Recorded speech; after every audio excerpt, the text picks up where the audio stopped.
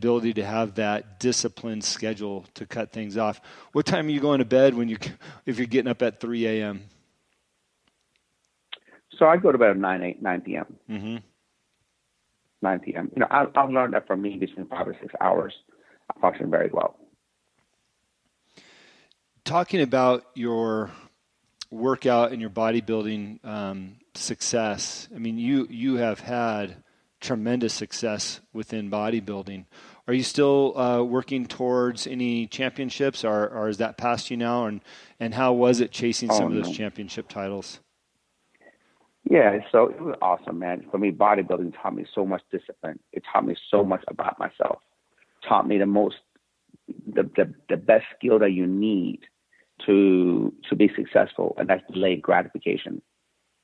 I learned so much from bodybuilding that I applied to everyday life and applied to my business.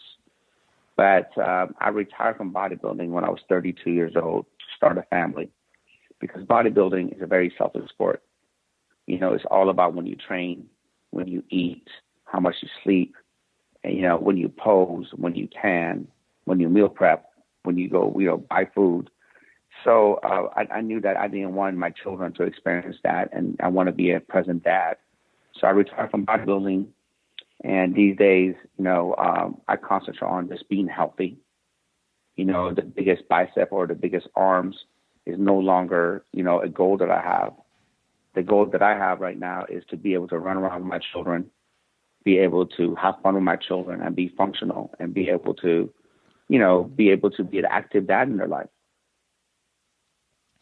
Yeah, as we get older, I've got a 4 and a 6-year-old girls, and I'm 52. As we get older, functional fitness becomes more important than the big biceps of our 20s, for sure. Yeah. I want to talk a little bit about your branding, because one of the things that I was easily impressed by was your website and your branding. It looks like there's no stone unturned from your website and how it's built to your color combinations of the black and reds. How did you brand yourself as an entrepreneur and come up with the package that we see today? Honestly, just by being myself and being authentic to who I really am. I think branding is very simple. Branding is just authenticity. When you go to my website, the video tells you, hey, you see my life now. It wasn't always like this. I've been bankrupt. I've been divorced. My house has been foreclosed on. I've been arrested. You name it, I've gone through it. So it's not a website, pretending to be somebody I'm not. That's who really I am. And I think when people are trying to brand themselves is what they look at what other people are doing. And I used to do that too when I didn't know what I was doing, and when I was growing up, and when I really care about what people think about me. Every single one of us is unique. Every single one of us has a superpower. It's up to us to find that superpower. It's up to us to find that voice for us to be able to, take our game and to the next level and get traction. We were all born an original, but some of us die a copy, and you do not want to do that. Yeah, you really want to allow yourself to become who you were meant to be, and find, we talk a lot about having self-awareness, find out who you are and what you stand for, and build off of those traits, right? Again, just kind of looking through your successes, you are a public speaker. I imagine you spend a little bit of time on the road doing that, or staying local, speaking to groups of people. Yeah, yes, I'm a selected public speaker. If I like the gig, if I like the person, and if it fits my schedule, I agree to do it. But I don't do that for a living. I do that as a way to give back. Mm-hmm. And what does the 1% life look like? I mean, I'm immediately attracted to the logo, the branding.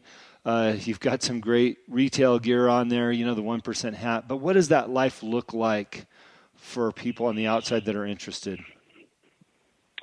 First of all, I want to be clear with it. 1% is not about how much money you make. It's not about you being better than anybody. 1%, the 1% represents is someone who makes a decision to improve their life and is willing to do whatever it takes to get there. and that's what definition of 1%. So you can be, 400 pounds and broke and be a 1%er because you made a decision and you're sticking to your decision day in, day out, whether you feel like it or not. Or you can be, somebody who's, a trust fund baby who's has millions of dollars in their bank account, never did anything for it, never learned anything from it, and have a ripped, shredded abs and not be a 1%er. So 1% is all about progression, all about making a decision, all about, becoming, sit where you are and making the decision to improve your circumstances. When you're coaching people, do you encourage them to write out goals or become more self-aware? Is it a combination? How do people get started in the discovery process as it relates to your advice and going down that road? Absolutely. There's so many studies done on the power of writing out your goals. It's something that I believe in wholeheartedly, something that I practice every single day, something that I read every single day. I read my goals every single day, every single morning when I get up. And, and I believe that if you're not writing your goals and you don't know what your goals are and you're not crystal clear of what you want out of life, then you're not going to get there. It's like, if you want to go to New York, you know exactly what roads you need to take for you to go there in the fastest, shortest amount of time. But if you're just driving around, hoping to get to New York, you'll never get there. That's what goals do for you. Kind of put your subconscious on cruise control for you to just get there. Mm-hmm. And I believe that that's a little bit of what I saw in one of your videos about, having those goals and working towards that to change your life, doing whatever you have to do to get after it instead of sitting around and as you suggested, driving in circles. You're never going to make it to New York. It's just get out there and do it. Yeah. Your term was time to produce more is what I think I heard you say. Yeah. Absolutely. As it relates to your 5 F principles, family, we talked a little bit about that, but what about finances? You touched on finances being important. What are some of the advices you give on finances? Well, to me, finances, the way you manage your finances, first and foremost, is what I've said before, is you delay gratification. So most people cannot delay gratification. Most people are, they want to save money, but yet they want to buy the new Jordans or the new iPhones. We live in a microwave society where everybody wants things now. We live in a consumer society where everybody's just buying everything to impress people that don't even want to impress. So for you to get a hold of your finances, you have to be aware of it. You have to be able to say, look, I'm making this much and I'm going to spend this much and this much only no matter what. Until you do that, man, you're not going to get a hold of finances. I know people who are making, a couple of $1 million a year that are broke. I know people who are making $80,000 a year and they're rich. Mm-hmm. You got to manage your money. I don't care who you are. I don't care how much money you make. You should always spend more. So if you can't respect, $10, you're not going to respect $10 million. Interesting. Great point. Moving on to one of your other principles, and it kind of takes me back to your website, talking about being fit. Besides a workout routine, I know you've got a line of, protein supplements and other things. What is the best way for somebody to jump into getting in shape, finding what's right for them in terms of supplements and healthy diets and things like that? Do you kind of have an overarching statement for people jumping in? Well, yeah. My answer will surprise you. A lot of people, when they want to get in shape, the first thing they go is to a supplement store. Yeah. And they want to buy like the latest protein shake or the latest pill or potion or whatnot. And you're talking to somebody who sells supplements, and I want to tell you that you don't need that right away. I said the first thing that you need to do is start with the fundamentals. Start making sure you understand what carbs are, what are good carbs, what are bad carbs, proteins, what are good proteins, what are bad proteins, fats, what are good fats and what are bad fats. You understand how macros work. How much protein do you need? How much carbs do you need? How much fats do you need? How they affect your body. Start with a simple exercise program. You understand the basic fundamentals of, proper lifting, proper exercising, proper warm-up, proper stretching, proper cool-down. You know, those are what you need to worry about. But don't go to the nutrition store, buy $300 worth of supplements, and you never worked out before. And, you know, like I said, I sell supplements. I love to sell supplements and to help people, but supplements are supplemental to your already great, you know, diet and exercise program. Supplements by itself is just a waste of money. Yeah, I'm not surprised, based on what I know about you via online, that that's your answer, because it's the truth. And if you learn enough about how your body works and what's important, obviously you're spot on with that advice. You know, a lot of people, I'm a competitive Spartan racer, and a lot of people ask me how to lose weight. I said, well, 80% of it's your diet.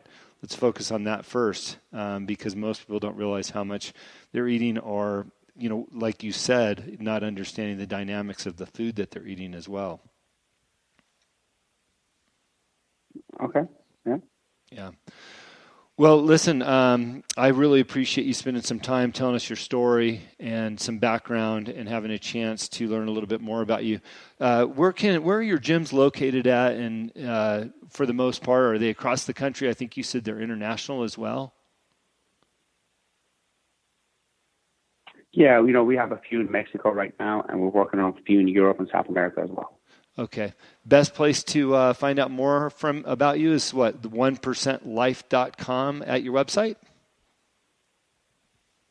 Correct. Yeah. Well, Sam, look, we really appreciate it. Thank you for your story. Love what you're doing. Love your background and your willingness to share with all of us, and encouraging us to be more of that 1%er and focus on those 5 values that you talked about. I think they're so important. So again, thank you so much. Oh, I appreciate you. Thank you so much for having me on your show. It was a pleasure to be on. Okay, Sam, thanks. Thank you for listening to today's show. It is my pleasure and honor to interview all of the guests that have been on the Answer is Yes podcast. If you have enjoyed the show, please go on iTunes and subscribe, give a rating, or simply tell a friend about the show. We also believe in the message of our guests and the positive influence of their stories. As my own mentor and coach, David Meltzer, has taught me, spend some time every day thinking and writing about the things in your own life that you have more than enough of. You will find out how blessed we really are. Please visit my website, livelifedriven.com, for the latest updates about me and what I'm doing. Plus, I post a monthly blog about the many topics on this show. This podcast can also be found there. As I learned early on in life, what you believe is what you will achieve. Thanks, Mark Victor Hansen, and thank you, and have a great week.